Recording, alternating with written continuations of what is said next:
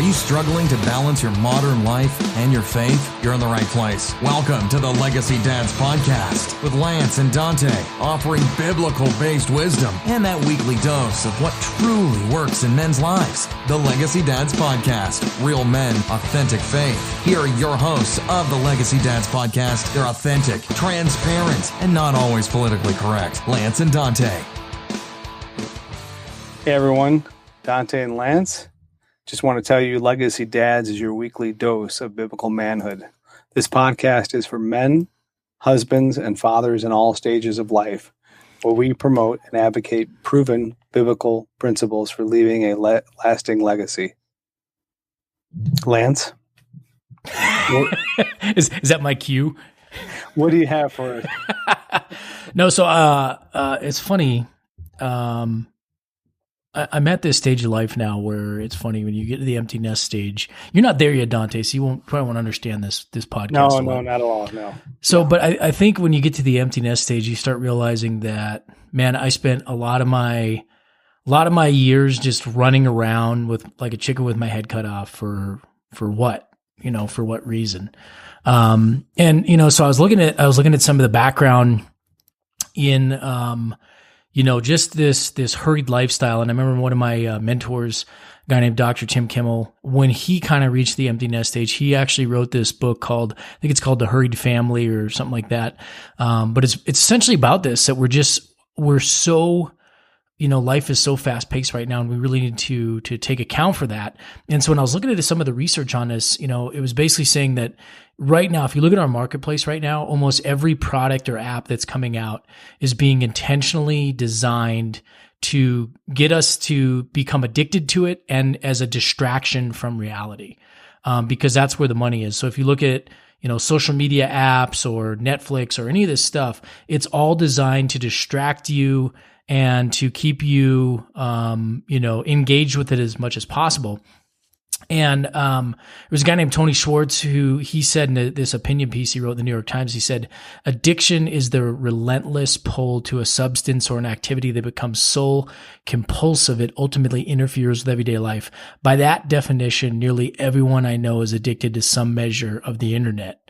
And so when I was thinking about this, Dante, and just this hurried lifestyle, I was thinking about what is this doing to us as a society, but more importantly, what is it doing to us as Christians, as husbands and fathers? And I think, I don't know about you, but I think today we're far more likely to run into an enemy in the form of an alert on our phone while we're trying to read our Bible, or, some, Netflix or something like that, trying to distract us from time with God, or, one of those kids' commitments, that, tries to encroach on our Sunday, church time with the family and stuff like that. I think we're seeing that. I think we see both sin and busyness have the exact same effect.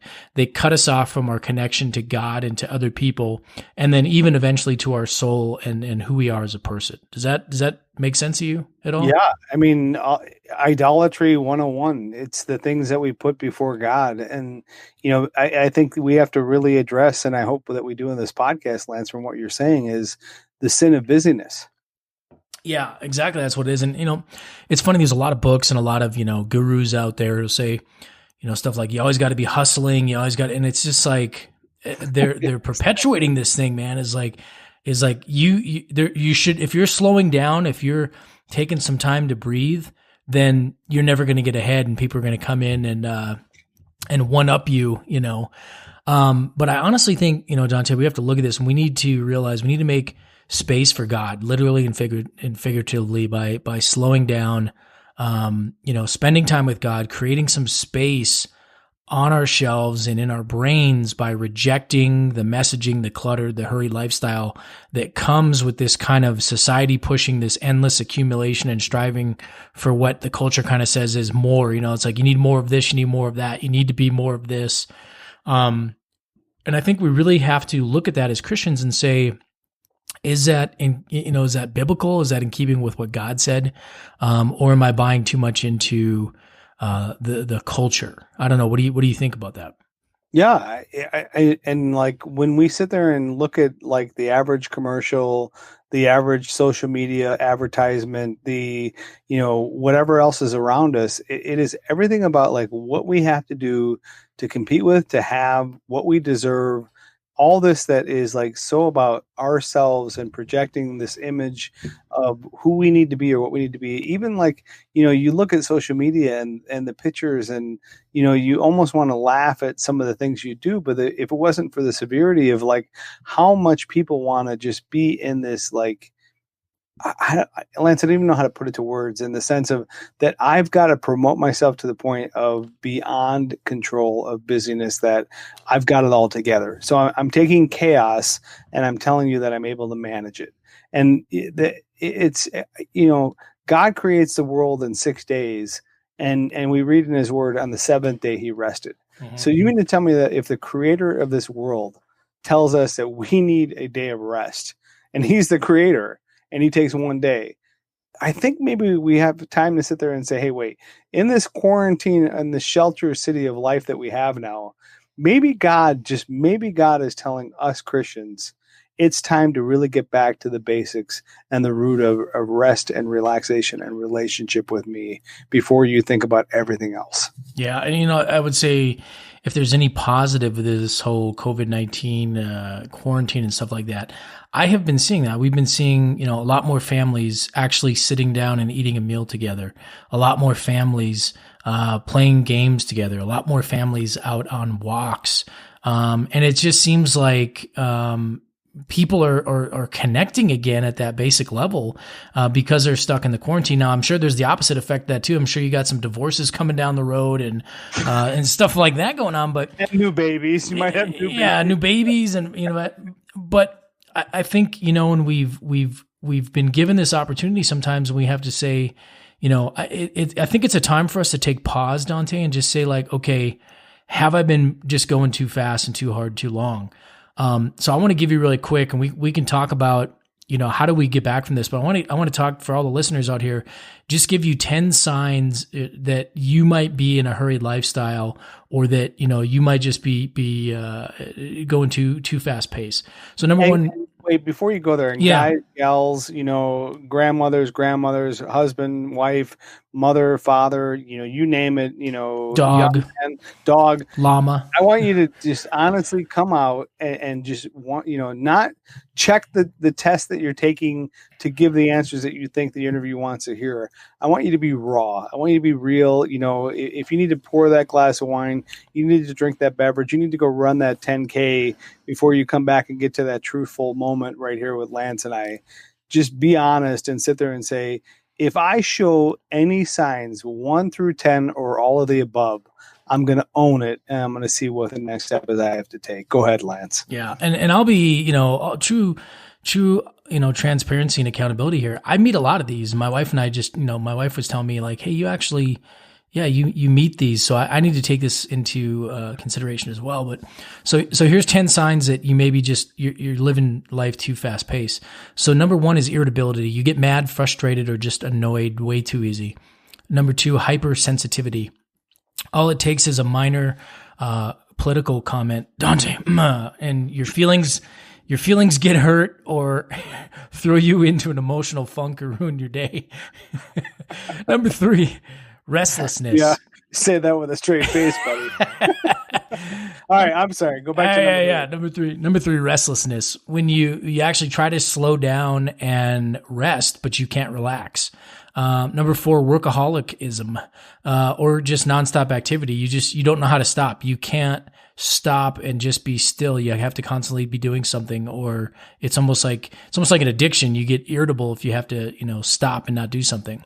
Number 5, emotional numbness. You just don't have the capacity to feel other people's pain. You can't have empathy with other people. Number 6, out of order priorities. You feel disconnected from your identity and what God's placed on your heart as your calling. Number 7, lack of care for your own body. You don't have time for the basics, just nutrition and health and exercise. 8, escapist behaviors. When you're too tired to do what's actually life-giving for our souls, and we turn to distractions of choice, whether that's overeating, over drinking, binge watching Netflix, browsing social media for hours on end, surfing the web on hours on end, looking at porn, whatever it may be. But we look at these ways to escape reality and just waste time, zoning out and not dealing with things that we really, life-giving things in our life. Number 9, slippage of spiritual disciplines. We find that, we get busy and things like prayer and reading scripture and Sabbath and worship on Sunday and a meal with your community and all those things start getting sidelined and they're no longer a priority because you're just too busy. And then number 10, and lastly, is isolation. And you start feeling disconnected from God, from others, and from your own soul and who you really are. So there you go. And I know, talking about some accountability here, a lot of those I could put myself into that category. And that tells me I probably need to take a step and slow down. What do you think, Dante? I think some of these are smacking me right over the head. I mean, like number 8, escapist behaviors. Let's be honest. I mean, we can sit there and say, oh, this is so much more time for me to spend, vertically and horizontally. But, it's we have to be in perspective and not being really honest. I mean, I catch myself zoning out and, I've got a list of books I want to get through and mentally I just can't turn my brain off. And I'm sitting there finding release in Netflix and in Amazon. And the reality of it is like, talking about this, Lance, with you. Tiger King. You're Tiger King? Yeah, I haven't done that yet. They were talking about that work before we got sequestered into our homes.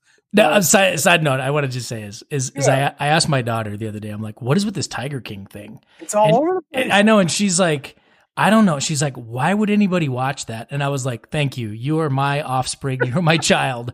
Because why would anybody want to watch that? Everybody's talking about it, and I read like the little bit of the review on it, and I'm just like, there's no way I'm wasting an hour on this. I mean, I'd rather go back and watch, the Godfather trilogy and at least have some good entertainment than to sit there and watch something called Tiger King.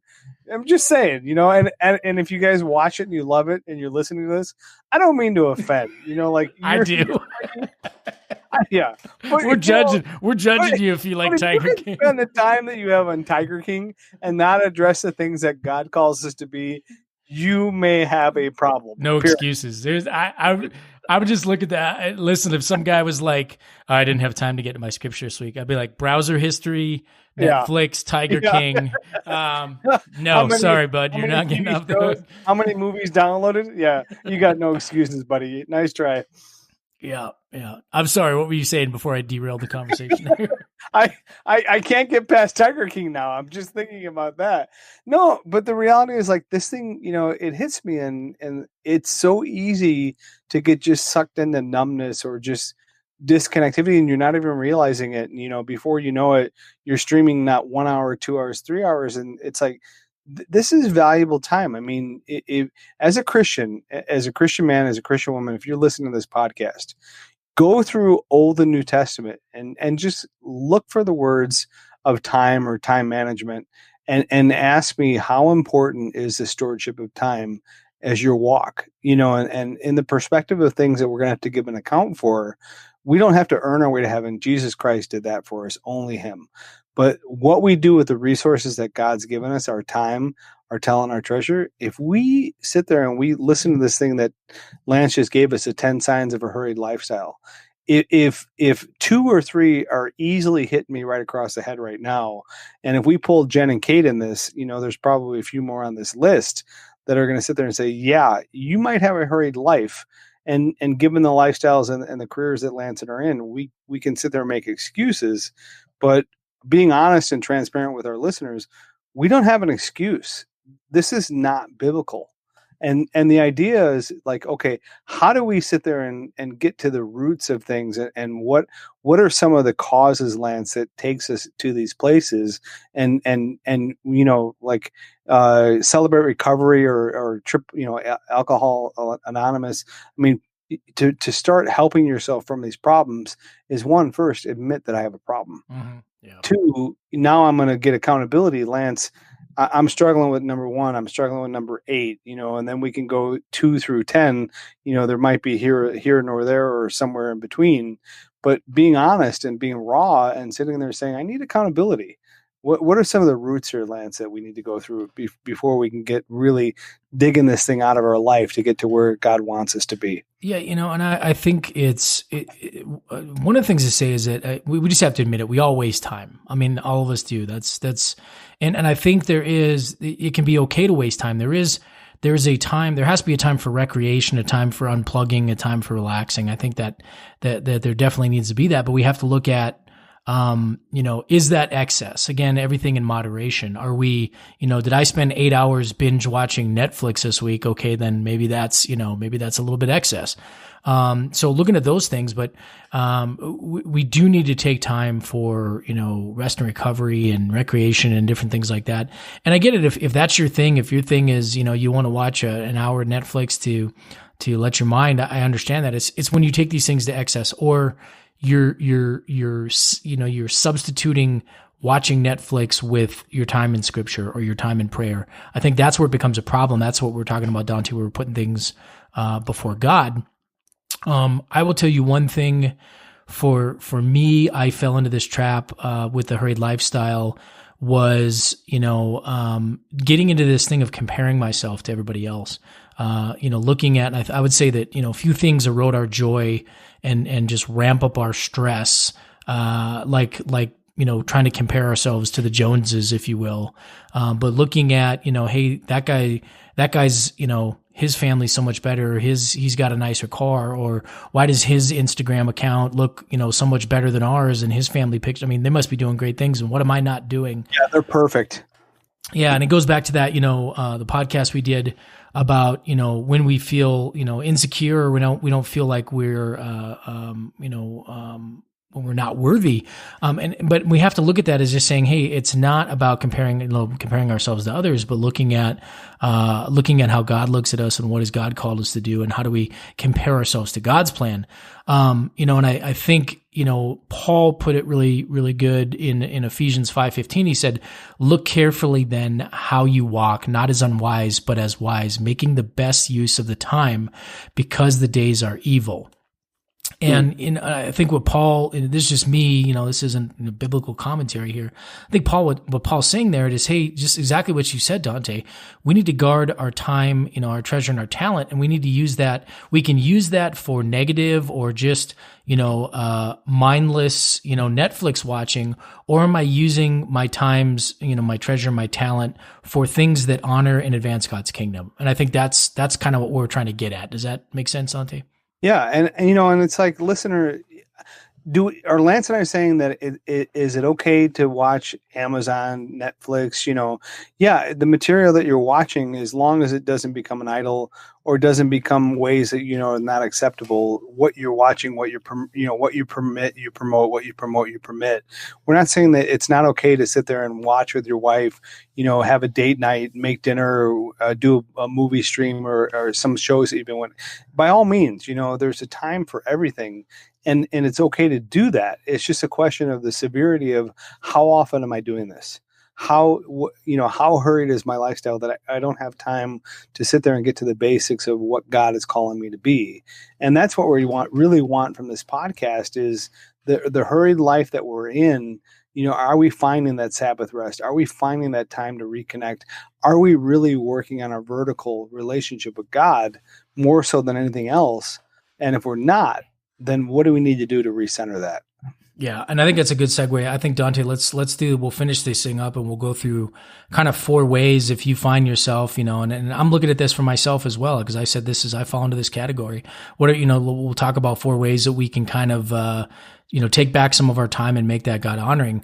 As we're reflecting on this, I want to just read for you guys. This is from Matthew 11. It says, and this, you're probably very familiar with this, but come to me all who are weary and burdened, I will give you rest. Take my yoke upon you and learn from me, for I am gentle and humble in heart, and I will find, and you will find rest for your souls. For my yoke is easy and my burden is light. Now, when I hear that, Dante, and I again, not biblical scholar here, but I think, what we hear in this is it's conflicting, because sometimes, when I think of, other Bible passages where I have to take up my cross and die to self, that sounds like that's hard. That's not easy. And that's a heavy burden sometimes. But Christ here is saying, hey, my yoke is easy, my burden is light. For me, that's what's saying is it's easy for us to have a relationship with Christ, by accepting that and by accepting what Christ is calling us to do. It shouldn't be a burden, and it shouldn't be hard for us to make time every day to have a relationship with God. Does that make sense to you, Dante? Yeah, wholeheartedly. I mean, everything else that we're sitting there, all the distractions in life, from media, social, television, internet, everything else that we're doing and what we're putting in our life, work, career, achievement, the ladder of it, a success, everything that we're sitting there putting there, there's nothing wrong with the way that God's made you. It's just, what are you making an idol that you're putting before God? And like all of these things that we're about to give you, these list of 4 things, throughout, time, many philosophers, theologians, and writers have proposed a number of practices that might be considered spiritual disciplines. And these are meditation, prayer, fasting, simplicity, making your life for you and your kids easier, fellowship, having relationships outside of just getting together on social media, but physically getting together, journaling, reflecting where I've come from, what are these stages, chastity, being pure, separating yourself from those things that are going to distract you from what God's will is, stewardship, submission, obedience, study, evangelism, contemplation, confession, solitude, gratitude, self-examination, silence, and finally celebration, what God's doing in your life. But, in that, these are things that can start posturing these 4 simple things that we're going to ask you to reflect on, to put in practice. And you sit there and say, wow, that sounds really overwhelming, Lance. I don't have the time. I got so much stress. I got fear. I got anxiety. The reality of it is, like, what? Like I tell my son, who's dealing with, executive processing disorders, ADHD, really struggling, especially now that we've taken away the social aspect of with friends and getting together, just really having a hard time. And the idea is like, okay, let's get good habits in place and reinforce them. So even if you can only do this good habit that you need to do for 10 minutes, give me that 10 minutes. Yeah. Give me 10 minutes totally undistracted. You're not going to get a snack. You're not going to go to the TV. You're not going to go to that. You don't need a break. Give me 10 minutes of that good habit. Follow through on it. And it's just like, once you get that, once you start to do that, all of a sudden the list of things that you should be doing doesn't become overwhelming. Does that make sense, Lance? Yeah, that absolutely makes sense. And I think it's gonna, you're gonna see these 4 things that we're gonna lay out right now is just kind of interwoven into all those different areas. So I'll start off with number one. Number one, I would say, is especially with the way phones and social media and all this stuff is, but you need to find a quiet place where we can reconnect with God. And I think, with all the stuff going on right now, if you can't get out or get away or something like that, there's maybe just, hey, I got to go in the backyard somewhere. I just want to go, I'm going to go outside and get some sun or whatever. But finding a place just away from everything, away from all the distractions, away from, the computer, the phone, everything, where we can just spend time and reconnect with God. And whether that's, getting into your scripture, whether that's prayer, whether that's journaling, I think that is best done when you can find a quiet place, a place away from distractions that you can do that. And I would add to that, I'm glad you brought up the solitude piece. And this is what we're looking for, is solitude, but solitude is not necessarily going into isolation. We're not talking about, I'm going to go off to a monastery in the mountains and lock myself in a room because and not talk for 6 months. Yeah, because isolation from community is not good. But there's what we're talking about with solitude is taking temporary time, just whatever it can be, 10 minutes a day, an hour a day. I mean, whatever you can, but finding that quiet place of solitude where you can just pray and get into God's scripture and talk to God and reflect and honestly just be still and let God speak to you. I think we're so, that's something we really lack these days, is just finding that time when we can do that. So that's the first one, is find a quiet place where we can connect with God in various ways. So what's the next one there, Dante? Number 2 is Sabbath as rest and worship. Unplug. Looking at it from what does it truly mean that I take it seriously? You look at some old religions, you look at some Reformed, you even look at Jewish interpretation. What does it truly mean to be Sabbath? And you look at, what they could do, what they could not do. And even Jesus was like to the Pharisees, to the Sadducees, you hypocrites, like if you have an ox that falls into a pit, would you not save that? Yet you sit there and get so legalistic. We're not sitting there saying being legalistic. We're literally saying, what is God trying to tell us? In the 6 days that he created the world, the 7th day he rested, is find that Sabbath rest. If you're a pastor, you're a youth pastor, obviously Sunday is not your Sabbath. Monday maybe, or Friday maybe. But the point in that is to just get away from everyday pings, pangs, pressures, all of the stresses of life that take you away from God, and the whole purpose of this of your Sabbath.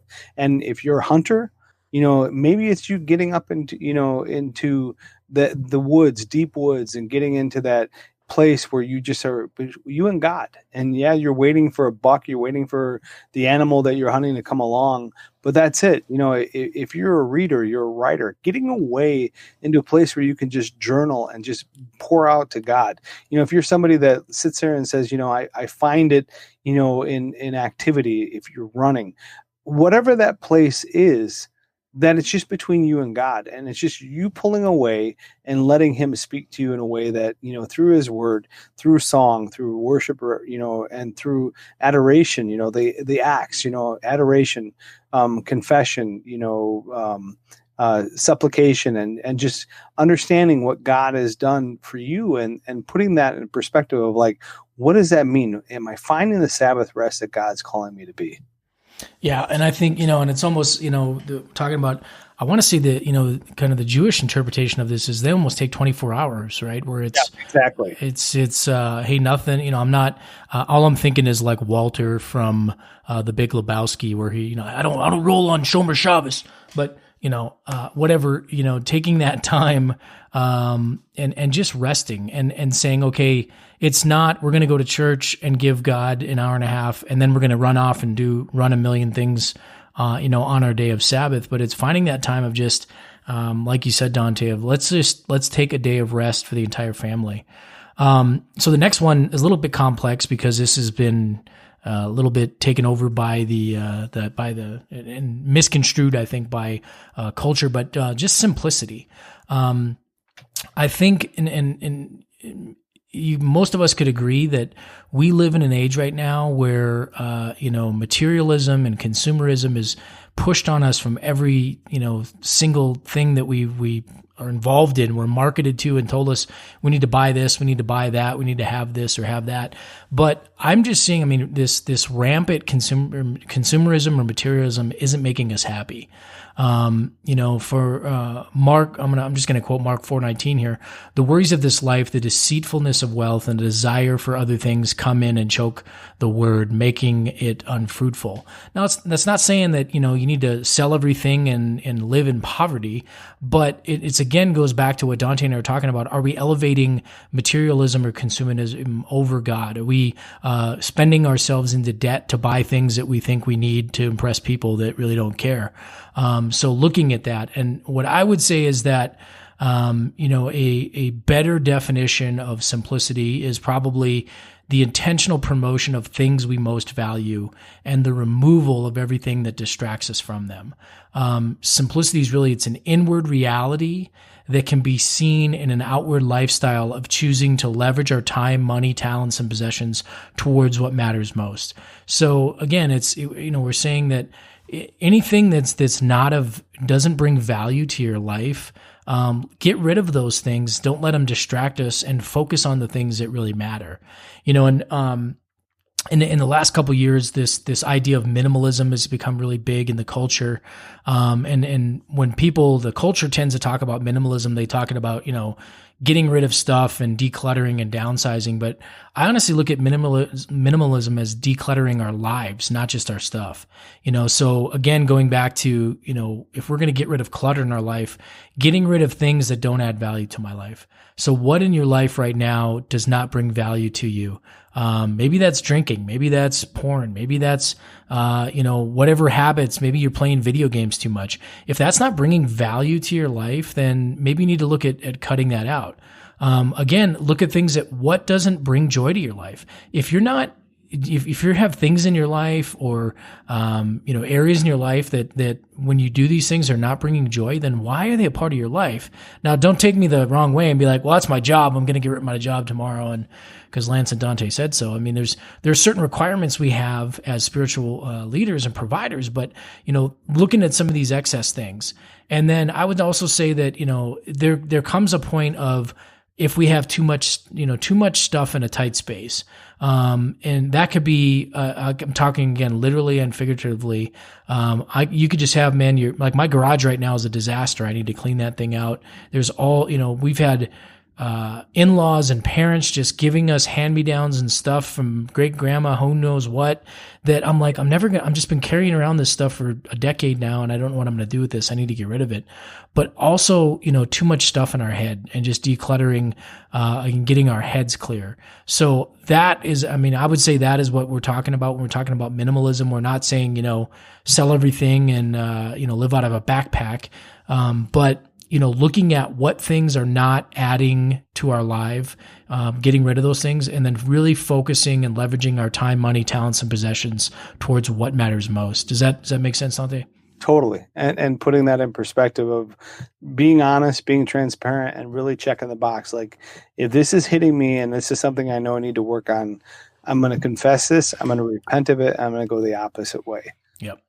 Number 4, slow down. Slow down your pace, slow down your life.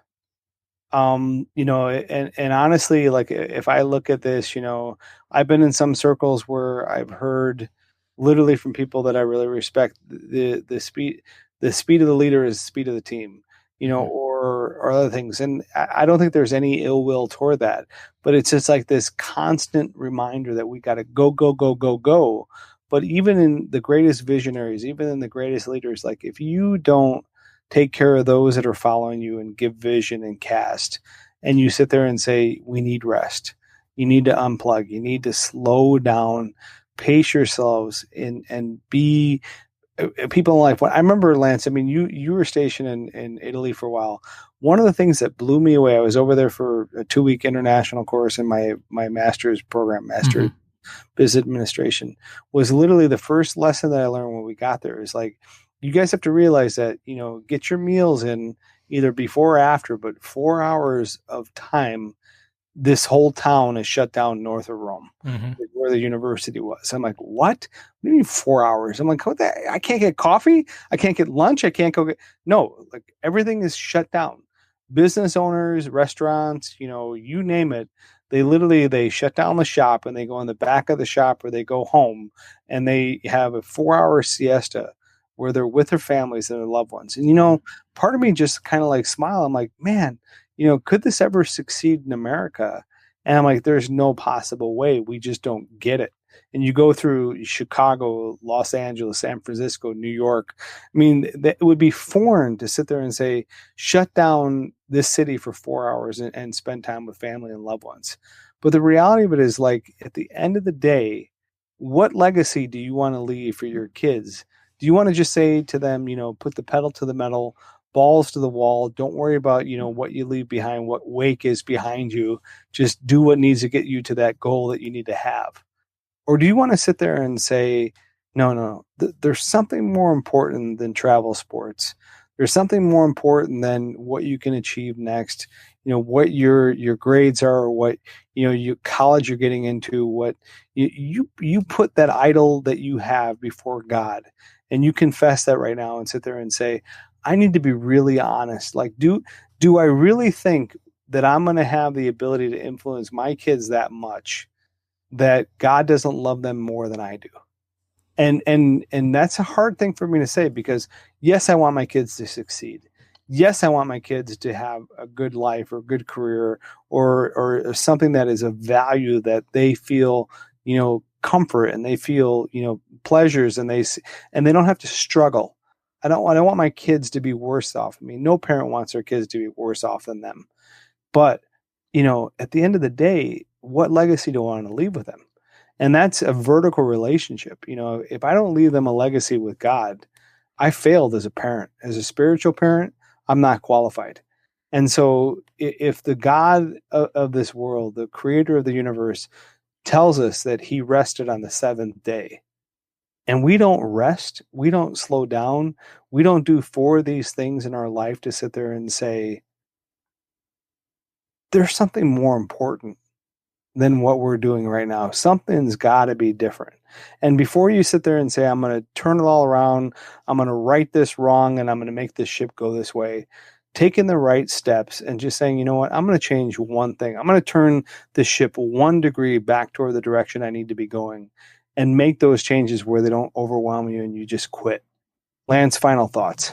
Yeah, I'll tell you guys the thing that really is about 1.5 years ago that really it really hit me is my wife and I, we were at an office Christmas party of mine, and everybody was getting ready, kind of in the Christmas spirit, and everybody was getting ready to have this party, and we had some people were still off working, and trying to get that last minute work in, because a lot of people, it's the last day of the year for work for them and stuff like that.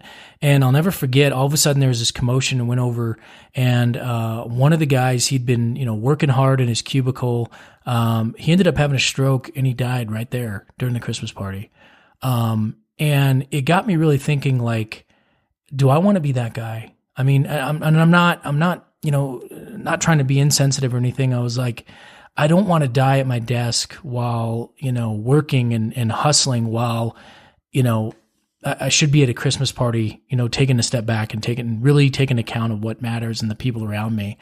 And that made me realize that, hey, there are things in life that I really need to put into place, and getting one more PowerPoint done, or one more presentation done, or one more sale done, or getting, that whatever that is that you're working on, sometimes it can wait till tomorrow. And just to kind of slow it down and to put things in perspective. I'll finish it off with this, and this from 1 Thessalonians 4:11. It says, "Make it your ambition to lead a quiet life." And and by quiet, I really believe that what we're talking about here is leading that life of a healthy balance, that balance between putting God first. Putting in, yes, we're working, we're putting our families as a priority. We have recreation, we have all those things, but a healthy balance. And as long as we're having Christ and God as the center of that and as the forefront of all that, we won't go wrong. So with that, guys, we want to say, as always, we thank you guys so much for your support. You can go over and subscribe on iTunes, Pandora, and Spotify. You can hit us up on social media on Instagram and the closed Facebook group. We appreciate you guys for all your support out there. Please head over and leave us a great 5-star review if you like what you heard today. Also, if you want to hear anything specific, any topics that you wish we would touch more on, please send us a message on social media and let us know, because we always love to do podcasts on what you guys like to hear. So with that, guys, as always, we want to say we thank you guys so much. We are praying for you guys. Take care, and God bless. God bless. Thanks so much for listening to this episode of the Legacy Dads Podcast with Lance and Dante. Real men, authentic faith. For more great content and to stay up to date, visit legacydads.org and on Facebook.com/LegacyDads and on Twitter @Legacy_Dad. If you enjoyed today's episode, please review and subscribe, and we'll catch you next time on the Legacy Dads Podcast. Real men, authentic faith.